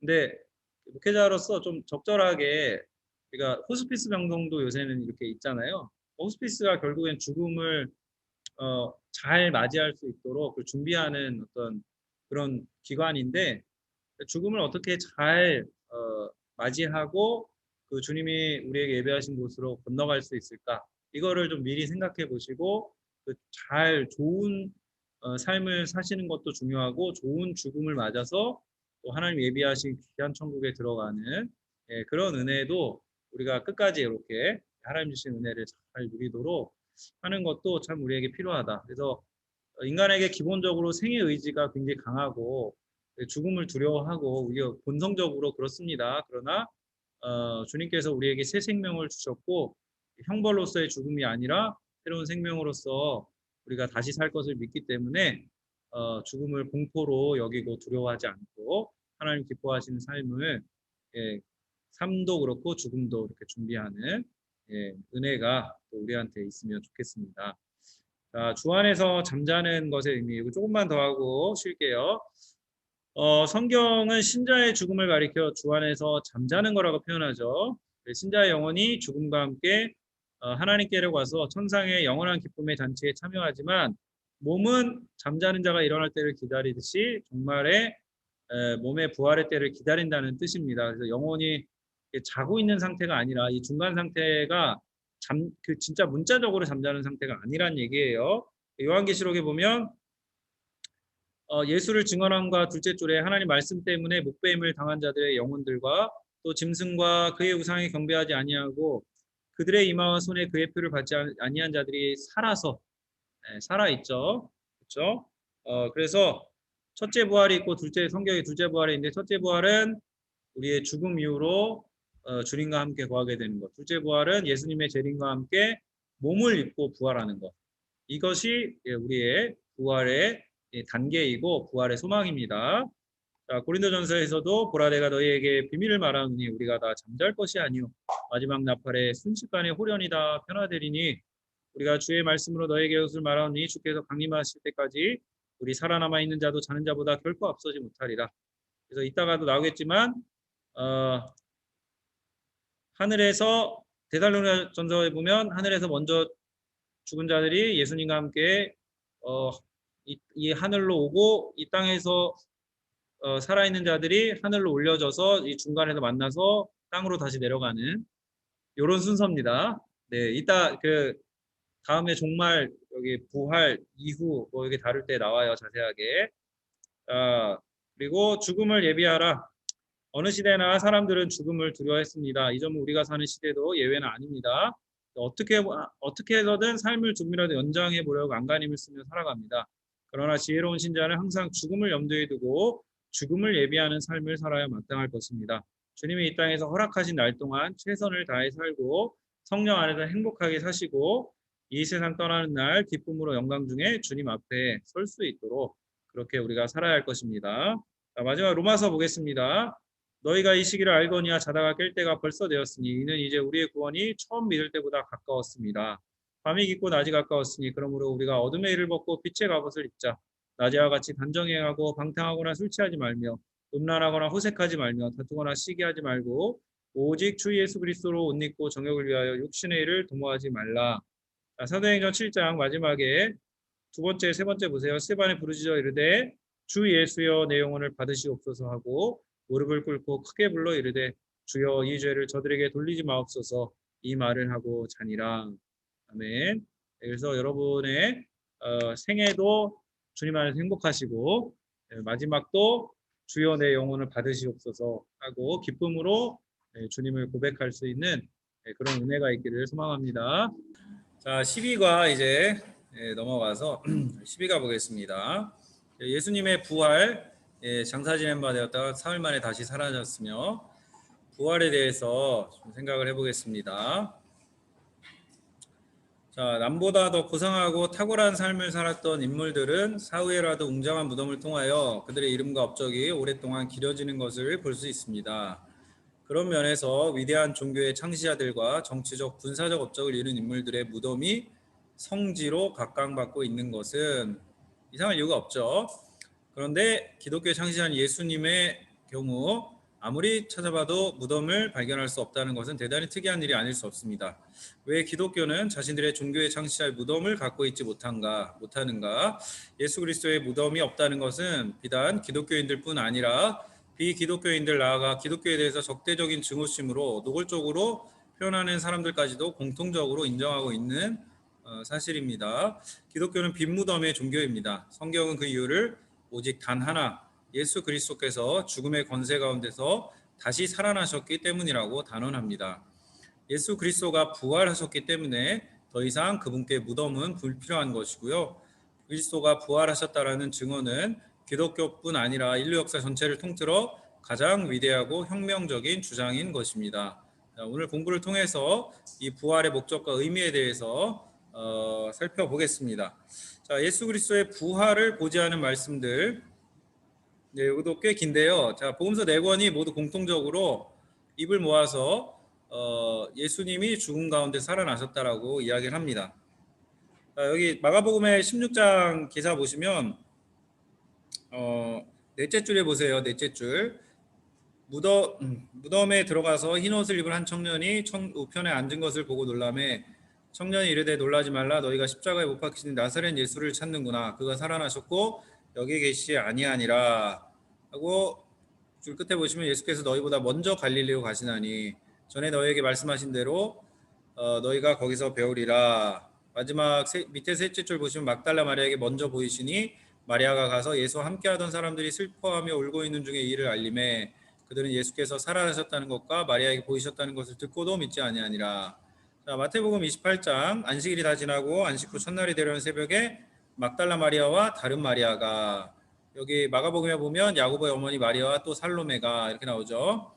큰 지진이 나며 주의 천사가 하늘로부터 내려와 돌을 굴려내고 그 위에 앉았는데 이렇게 천사에 대한 묘사가 있고 그 다음 줄에 천사가 여자들에게 말하여 이르되 너희는 무서워하지 말라. 십자가에 못 박히신 예수를 너희가 찾는 줄 내가 아노니 그가 여기 계시지 않고 말씀하시던 대로 살아나셨느니라. 와서 그가 누우셨던 곳을 보라. 또 빨리 가서 그의 제자들에게 이르되 그가 죽은 자 가운데서 다시 살아나셨고 너희보다 먼저 갈릴리로 가시다니. 공통적이죠. 그 여자들이 무서움과 큰 기쁨으로 빨리 무덤을 떠나 제자들에게 알리려고 다름질할 때 예수께서 그들을 만납니다. 이르시되 평안하냐. 여자들이 그 발을 붙잡고 경배하니 예수께서 이르시되 무서워하지 말라. 갈릴리로 가라. 예. 그리고 특이한 기사가 나오죠. 여자들이 갈 때 경비병 중 몇이 성에 들어가 모든 된 일을 대제사장들에게 알리니 그들이 장로들과 함께 모여 의논하고 군인들에게 돈을 많이 주며 이르되 너희는 말하기를 그의 제자들이 밤에 와서 우리가 잘 때에 그를 도둑질하여 갔다 하라. 만일 이 말이 총독에게 들리면 우리가 권하여 너희로 근심하지 않게 하리라 하니 군인들이 돈을 받고 가르친 대로 하였으니 이 말이 오늘날까지 유대인 가운데 두루 퍼지니라. 자, 수습하려고 거짓말한 거죠. 자, 누가복음 24장도 마찬가지죠. 첫날 새벽에 이 여자들이 준비한 향품을 가지고 무덤에 가서 돌이 무덤에서 굴려 옮겨진 것을 보고 들어가니 주 예수의 시체가 보이지 아니하더라. 이로 인하여 근심할 때 문득 찬란한 옷을 입은 두 사람이 섰는지라 여자들이 두려워 얼굴을 땅에 대니 두 사람이 이르되 어찌하여 살아있는 자를 죽은 자 가운데 찾느냐 그가 여기 계시지 않고 살아나셨느니라. 그렇죠? 자, 또 비슷한 말씀을 하시죠. 이 여자들은 막달라 마리아, 요한나, 야고보의 모친 마리아라. 그들과 함께한 다른 여자들도 이것을 사도들에게 알리니라.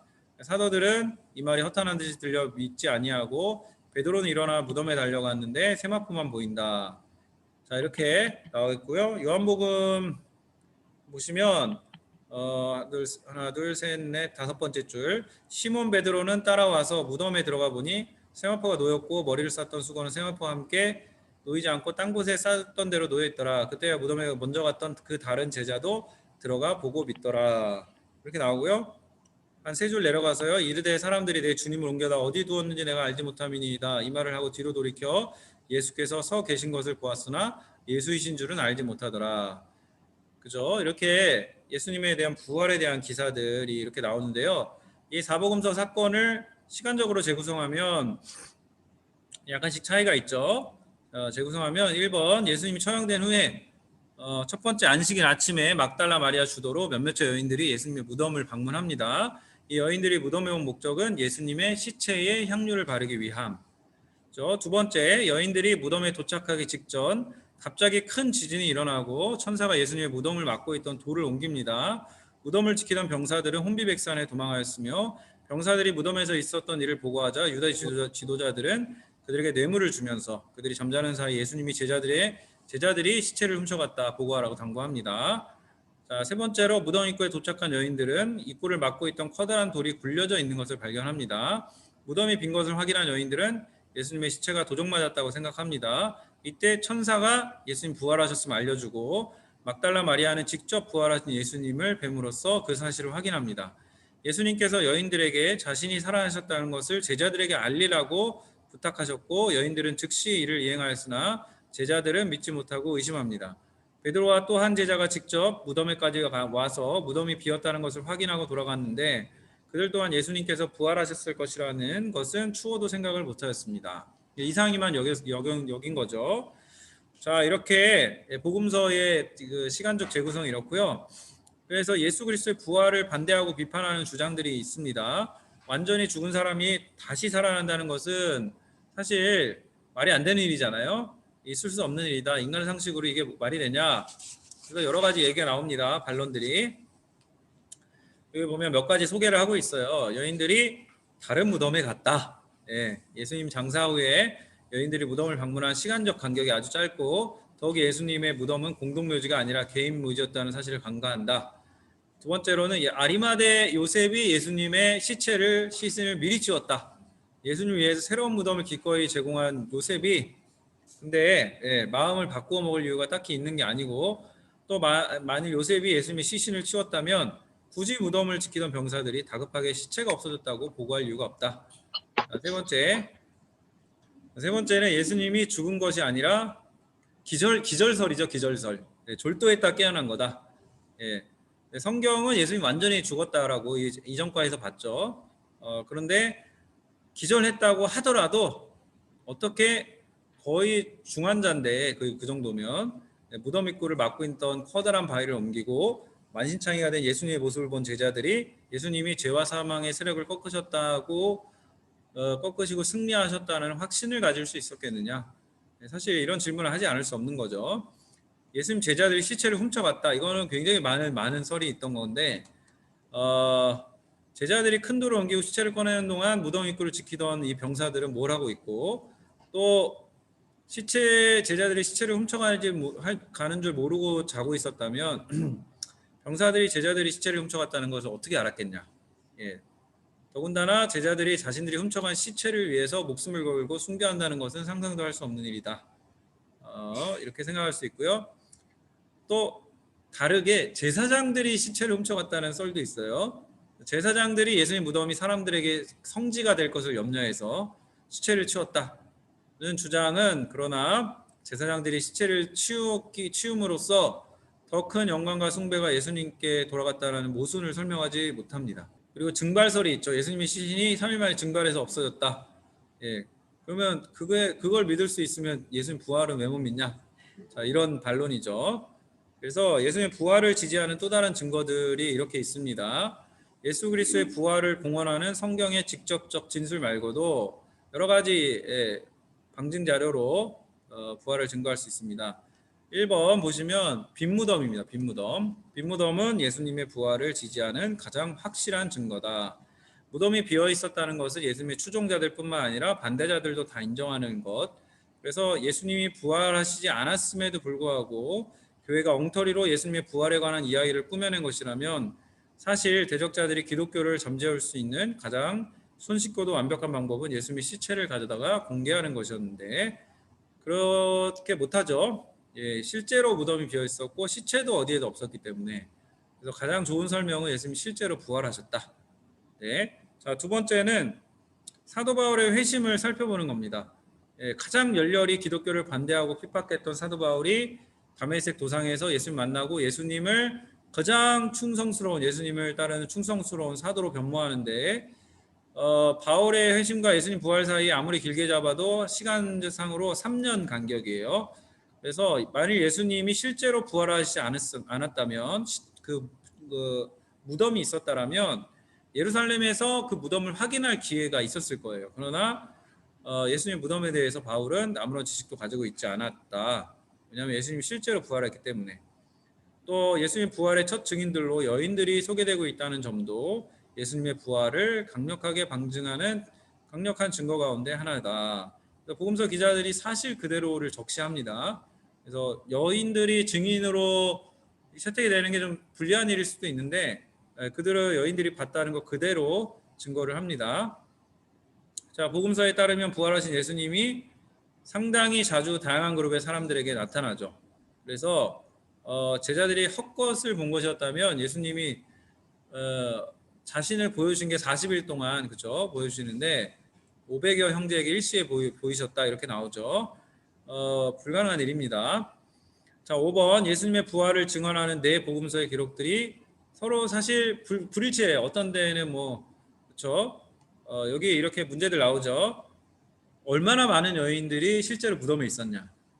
5명이냐? 누가 5명 얘기하고 마태 3명, 요한 1명 얘기하고 무덤에서 만난 전원자는 누구였는가? 사람인가 천사인가?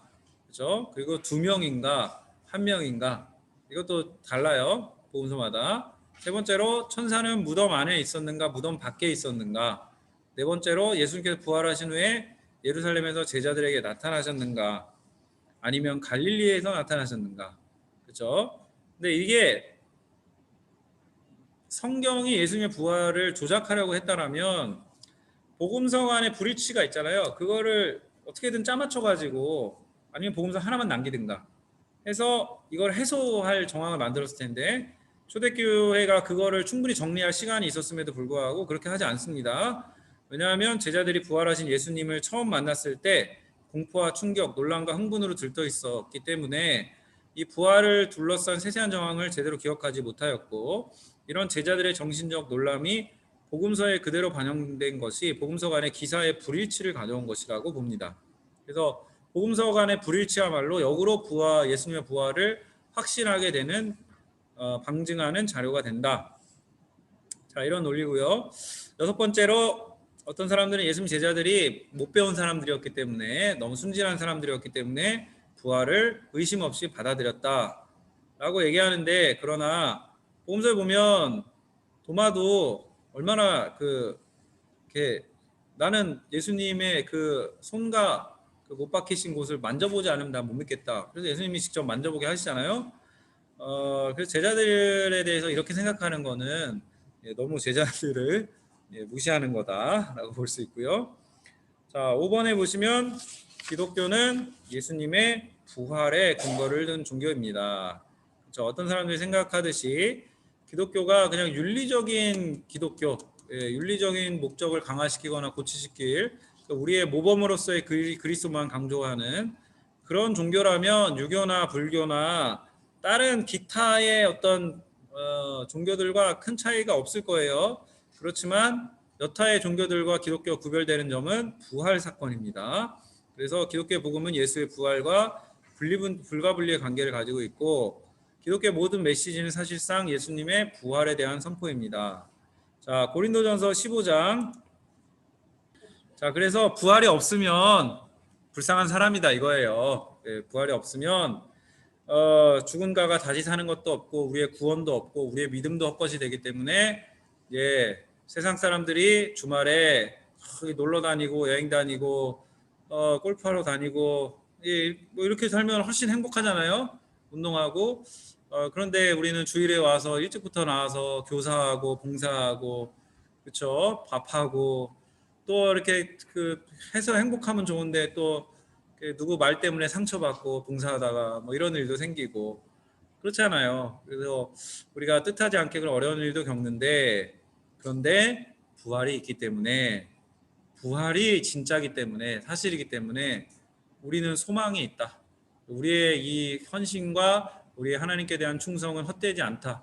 이게 부활의 교리가 우리에게 말씀하고 있는 겁니다. 그렇죠? 자, 사도행전 맨 밑에 보세요. 맨 밑에 보시면 내가 항상 내 앞에 계신 줄을 배웠으며 나로 요동하지 않게 하기 위하여 그가 내 우편에 계시도다. 시편 16편 말씀을 이용해서 이 예수를 하나님이 살리신지라 우리가 다 이 일의 증인이로다.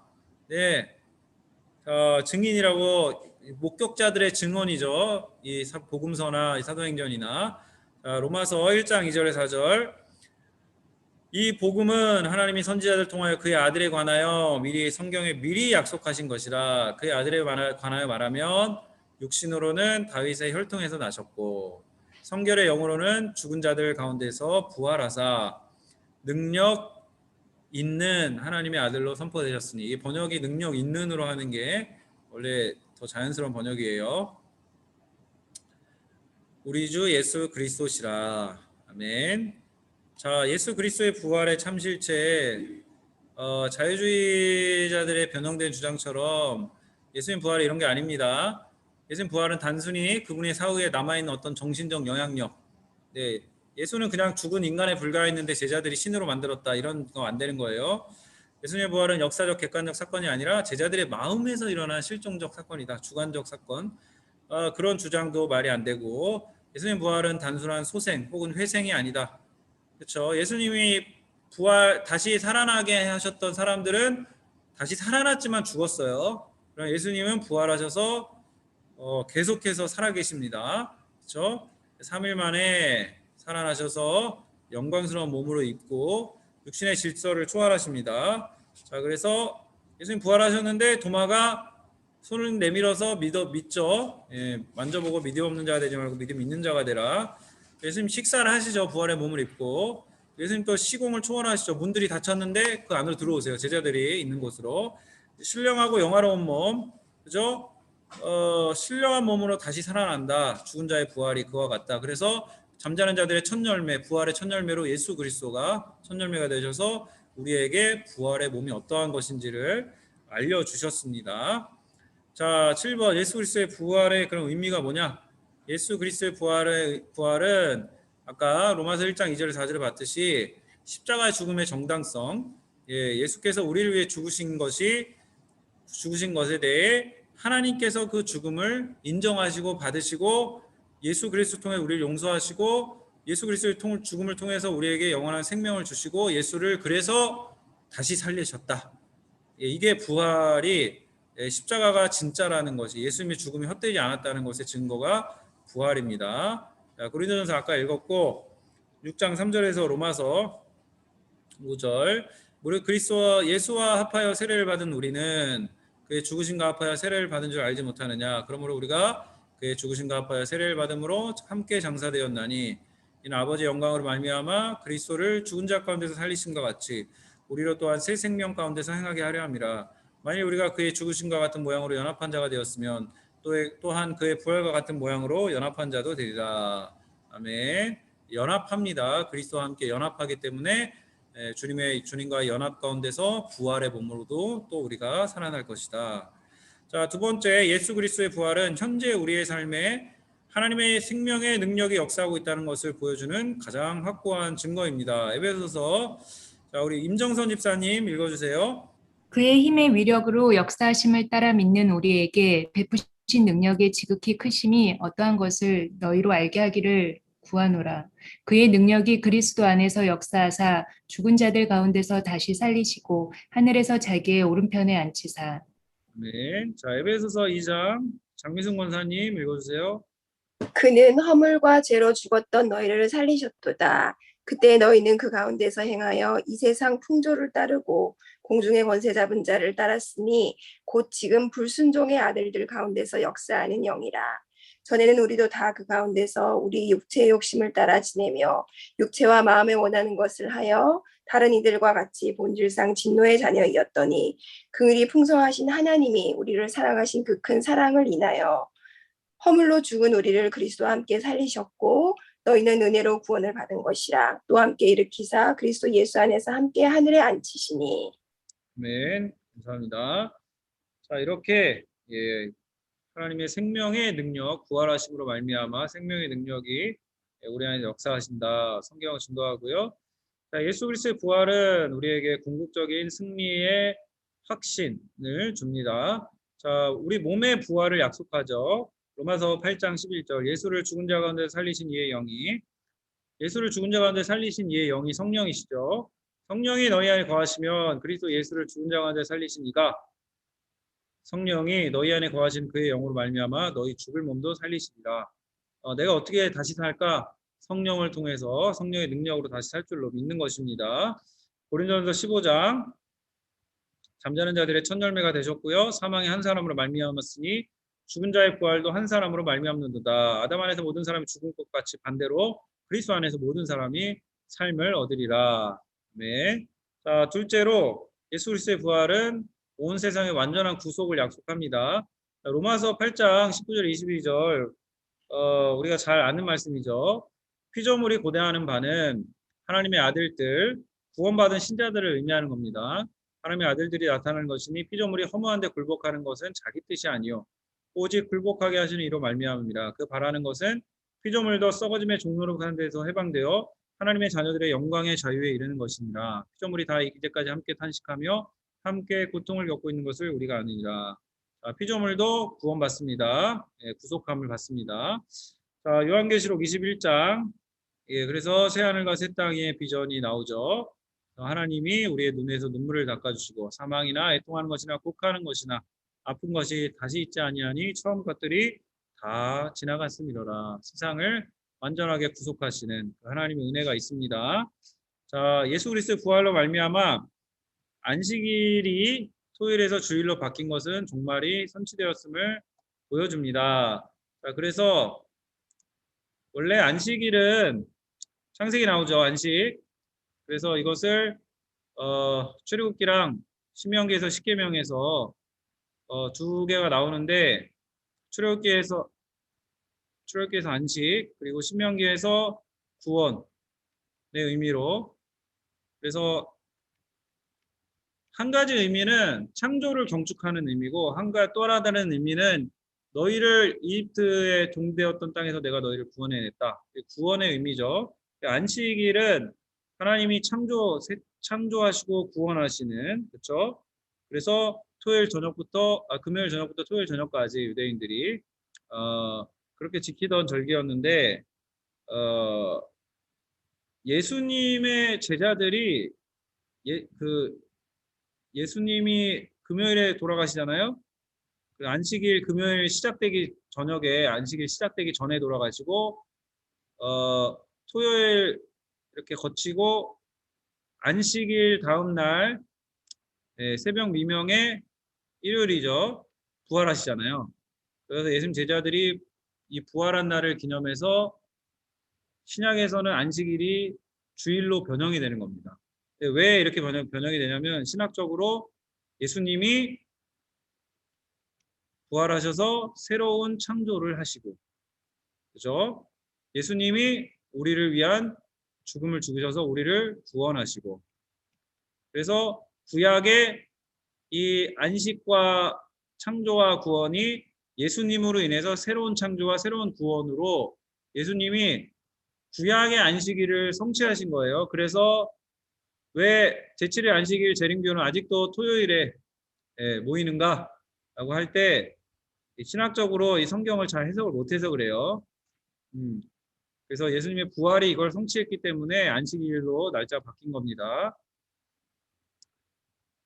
자, 그렇게 해서 이 12가 이렇게 마치고요. 13과 바로 하겠습니다. 13과. 자, 예수님이 부활하신 후에 이제 하늘에 오르셔서 왕으로 등극하시죠. 그거를 한자어로 승귀라고 하죠. 승귀. 예. 그래서 지상에서 40일 동안 머물리시다가 하늘로 올리우시는 예수님. 하나님 보좌 우편에 자정하셔서 온 우주를 능력으로 통치하십니다.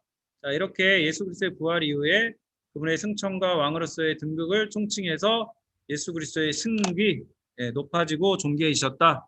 이렇게 부를 수 있는 거고요. 자, 사도신경을 공부하면서 지금까지 우리가 지상사역, 예수님 지상사역 봤는데 이제 천상사역으로 눈을 돌려서 보게 되는 겁니다. 자, 예수님의 승천과 관련된 말씀들 누가복음 24장 같이 읽을게요. 시작. 예수께서 그들을 데리고 베다니 앞까지 나가사 손을 들어 그들에게 축복하시더니 축복하실 때 하늘로 올려지시니. 자, 사도행전 같이 읽을게요. 이 말씀을 마치시고 그들이 보는데 올려져 가시니 구름이 그를 가리어 보이지 않게 하더라. 요한복음 3장에도 인자 외에는 하늘에 올라간 자가 없느니라. 이는 모세가 강에서 뱀을 든 것 같이 인자도 들려야 하리니. 에베소서 하늘에서 자기 오른편에 앉히사. 에베소서 4장 그가 위로 올라가실 때 접혔던 자들을 사로잡으시고 그 사람들에게 선물을 주셨다 하였도다. 신명기 말씀을 인용해서 그가 곧 모든 하늘 위에 오르신 자니 이는 만물을 충만하게 하려 하십니다. 이렇게 나오죠. 예수님 승천에 대한 구절들이 나오고요. 자, 승천하시기까지 예수님이 뭘 하셨냐? 부활하신 예수님이 다양한 장소에 다양한 사람들에게 나타나십니다. 여기가 고린도전 15장이 대표적이죠. 게바에게, 베드로에게, 12제자에게, 500의 형제에게. 그중 지금까지 대다수 살아있고 어떤 사람 잠들었고 야고보에게도 보이셨고 그 후에 모든 사도에게 맨날 중에 완성되지 못하는 남자 같은 내게도 보이셨다. 자, 두 번째, 부활 후에 40일 동안 제자들에게 자신을 보이시며 하나님 나라의 일을 가르쳐 주셨다. 그래서 40일이잖아요. 성경의 40은 계시의 숫자죠. 40일 모세가 올라왔다가 계시받고 내려오죠. 자, 계시를 나타내십니다. 자, 3번에 보시면 성령을 주셔서 증인으로 세우실 것을 약속하시고 승천하십니다. 자, 성령이 너에게 임하시며 권능을 받고 예루살렘과 온 유대와 사마리아 땅 끝까지 이르러 내 증인이 되리라. 그죠? 그래서 여기서 예수님이 이 말씀 마치시고 하늘로 가셨는데 이 하늘은 물리적인 하늘이 아닙니다. 그죠? 뭐 스티븐 호킹이 자기가 우주를 다 이렇게 계산해보고 머리를 써가지고 연구를 해봤더니 하나님은 없다 이렇게 얘기하는데, 스티븐 호킹은 물리적 우주만 알 뿐이죠. 그런 우주가 아니라 영적인 주권적 의미로서 하나님이 계신 하늘을 의미합니다. 심장이 눈에 보이지만 마음은 눈에 보이지 않잖아요. 그런 거랑 비슷한 이치라고 보시면 되고. 자, 예수님의 승천의 의미가 뭐냐? 첫 번째로는 지상 사역이 완전히 종결됐다는 걸 뜻합니다. 이제 더 이상 예수님은 지상에 계시지 않고요. 예수님 승천과 더불어 예수님 출현이 멈추는 것, 그렇죠? 고린도후서 15장 8절에서 9절에 보시면 바울이 이렇게 얘기하죠. 맨 나중에 만삭되지 못하여 같은 나 같은 자에게도 보이셨다. 그래서 옛날에 저도 설교 들을 때 맨 만삭되지 못하는 난자 칠삭동이 바울 이렇게 설교 들었는데, 이게 원래 그런 뜻이 아니에요. 바울이 물리적으로 만삭되지 못하여 난 게 아니라 비유를 한 거예요. 그래서 이제 엘리베이터가 막 이렇게 문이 막 이렇게 닫히려고 그러는데 잠깐만 하고 손을 탁 끼고서 그 엘리베이터 자기가 탔다 이거예요. 예수님을 목격한 마지막 증인이라 이거예요, 자기가. 담에색 도상에서. 그런 뜻이지, 그 조수가로 태어나거나 뭐 미수가로 태어나 뭐 하여튼 그런 거 아니에요. 자, 두 번째, 천상의 지성소로 들어가십니다. 그죠? 그래서 히브리서에서 특히 이게 자세히 나오죠. 구약의 제사장들의 사역. 구약은 제사는 예표죠, 예표.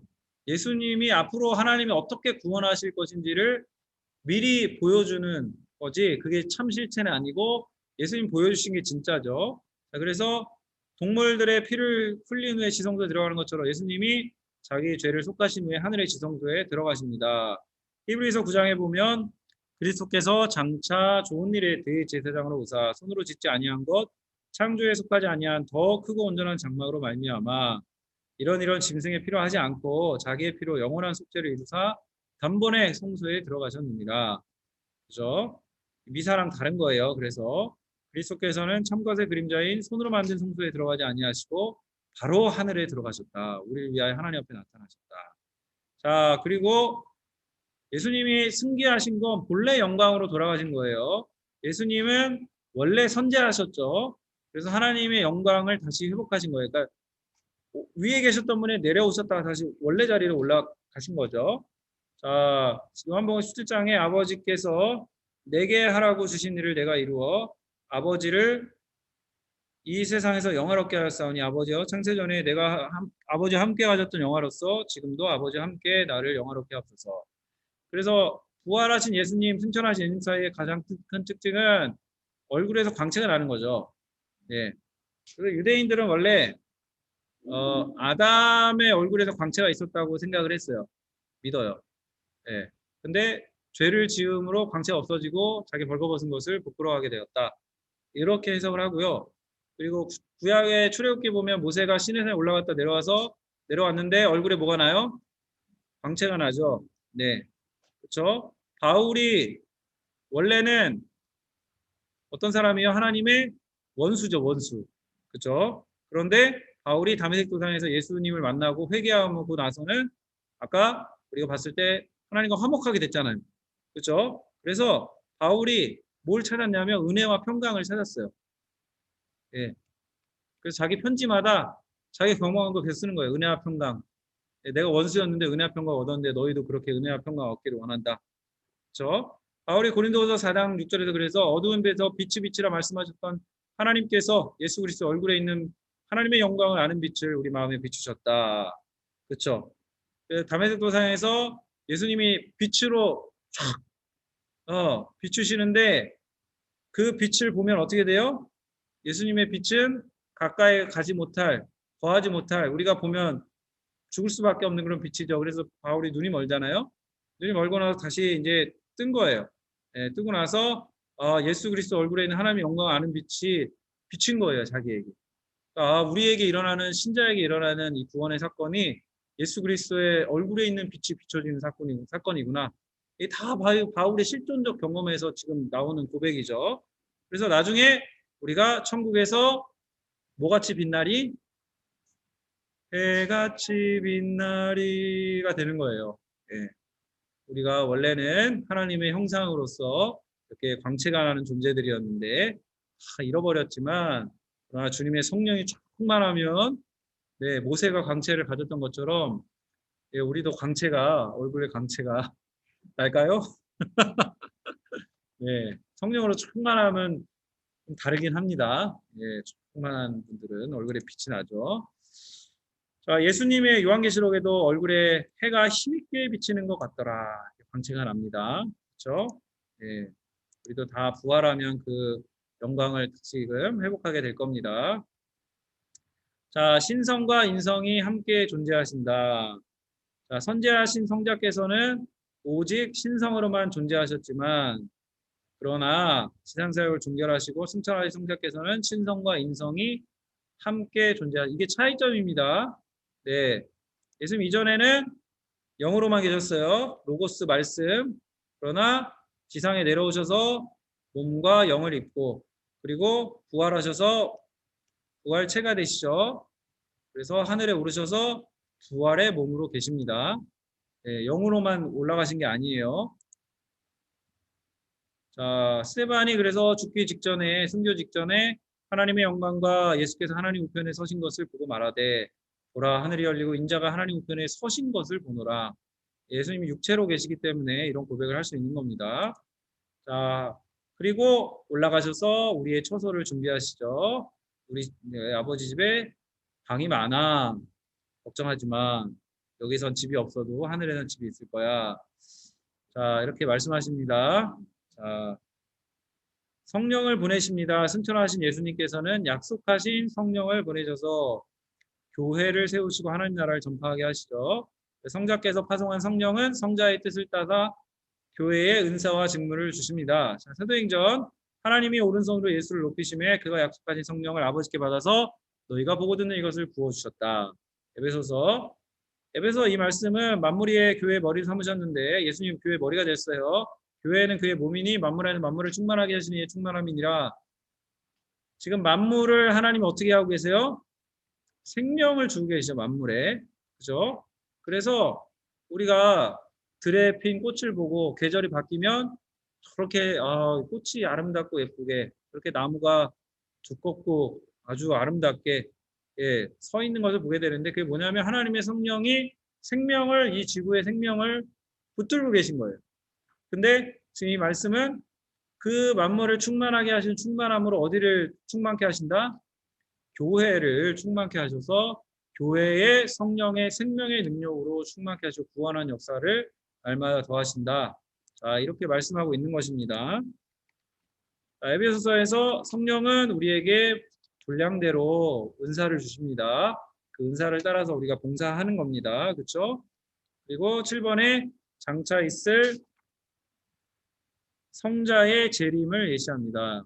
그렇죠? 예수님의 승천은 그분의 재림이 육체적이고 가시적이며 영광스러운 재림일 것임을 예시를 하고요. 사도행전에 천사들이 예수는 하늘로 가심을 본 그대로 오실 것이다 말씀했죠. 예수님의 천상 사역은 우리가 예수 그리스도 이름을 그때 볼 때 예수님 삼중직이라고 했죠. 그리스도라는 직분이. 그래서 예수님이 대제사장으로서 하늘에서 사역하시죠. 그래서 히브리서에 보면 항상 살아계셔서 우리를 위해 간구하신다. 요한일서에 보면 아버지 앞에서 우리에게 대언자가 있으니 곧 의로우신 예수 그리스도다. 누가 정죄하리요? 죽으실 뿐 아니라 다시 살아나신 이는 그리스도 예수시니 그는 하나님 우편에 계신 자요 우리를 위해 간구하신다. 제사장으로서 우리를 위해 탄원하고 기도하고 간구하시는 예수님이 우리에게 계십니다. 자, 그리고 왕으로서 승천하신 예수님은 하나님 보좌 우편에서 왕으로서 위임받은 권세로 온 우주를 통치하십니다. 자, 에베소 1장에 보면 통치와 권세와 능력과 주권과 이 세상뿐 아니라 온 세상에 일컫는 모든 이름 위에 뛰어나게 하시고 모든 만물을 발 아래 복종하게 하시고 만물의 교회 머리로 예수님이 등극하셨습니다. 빌립보서 모든 이불을 예수를 주로 시인하여 하나님 아버지께 영광을 돌리게 하셨다. 고린도전서 맨 마지막 줄 보세요. 아버지 하나님께 나라를 바칠 때라 그가 모든 원수를 발 아래에 둘 때까지 반드시 왕노릇하시리니 맨 나중에 멸망받을 원수는 사망이다. 자, 그리스도 안에서 삶을 얻습니다. 자, 이렇게 해서 왕으로 통치하시는 예수 그리스도, 선지자로서 예수님이 성령을 보내셔서 진리의 말씀을 우리에게 깨닫게 하십니다. 보혜사 곧 아버지께서 내 이름으로 보내실 성령, 그가 너에게 모든 것을 가르치고 내가 너에게 말한 모든 것을 생각나게 하리라. 그리고 요엘서 말씀의 실현이죠. 그렇죠? 선지자로서 선지자의 말씀이 실현됩니다. 너희 자녀들은 예언할 것이요 젊은이들은 환상을 보고 늙은이들은 꿈을 꾸리라. 그때 내가 내 영을 내 남종과 여종들에게 부어주리니 그들이 예언할 것이요. 그래서 사도행전에서 성령께서 예수 그리스도의 영으로 묘사됩니다. 예수 그리스도를 전파하는 영으로서 성령이 역사하시고요. 자, 우리에게 적용점은 그리스도에 대한 지식, 부활하시고 승천하신 그리스도에 대한 지식을 가지면 우리가 믿음의 도리를 추구하게 됩니다. 자, 첫 번째, 우리 구원에 대한 확고한 소망을 갖게 됩니다. 자, 에베소서 2장 4절에서 7절 같이 읽을게요. 시작. 아멘. 자, 구원에 대한 확실한 소망, 그리고 신령한 가치관. 골로새서에 보면 위의 것을 찾으라. 위의 것을 생각하고 땅의 것을 생각하지 말라. 네. 성경은 이렇게 얘기하죠. 너희를 위하여 보물을 땅에 쌓아두지 말라. 거기는 좀과 동록이 해하며 도둑이 구멍을 뚫고 도둑질하느니라. 오직 너희를 위하여 보물을 하늘에 쌓아두라. 자, 그래서 여러분 보물을 하늘에 쌓아둬야 됩니다. 네, 하늘에 많이 쌓아두시기 바랍니다. 자, 세 번째, 현재 고난을 인내하며 미래의 상급을 기대합니다. 누가복음, 그리스도가 이런 고난을 받고 자기의 영광에 들어가야 할 것이 아니냐. 생각하건대 현재의 고난은 장차 우리에게 나타날 영광과 좋게 비교할 수 없도다. 고린도후서 4장 우리가 잠시 받는 환난을 경한 것이 지극히 크고 영원한 영광에 중한 것을 우리에게 이루게 함이니. 그리고 전도와 선교에 힘쓰게 합니다. 이 천국 복음이 모든 민족에게 증언되기 위하여 온 세상에 전파되리니 그제야 끝이 오리라. 하늘로 올라가신 예수는 복음이 전파돼야 다 전파돼야 오십니다. 자, 그래서 다음 과가 굉장히 중요한데 종말에 대한 교리들을 좀 여러분과 배우려고 열심히 준비했으나 오늘은 시간이 안 돼요. 네, 12시가 다 됐네요, 벌써. 그래서 목요일에 나누도록 하겠습니다. 14가는 목요일에 14가부터 나누도록 하겠고요. 아주 중요하니까 꼭 참석을 해 주십시오.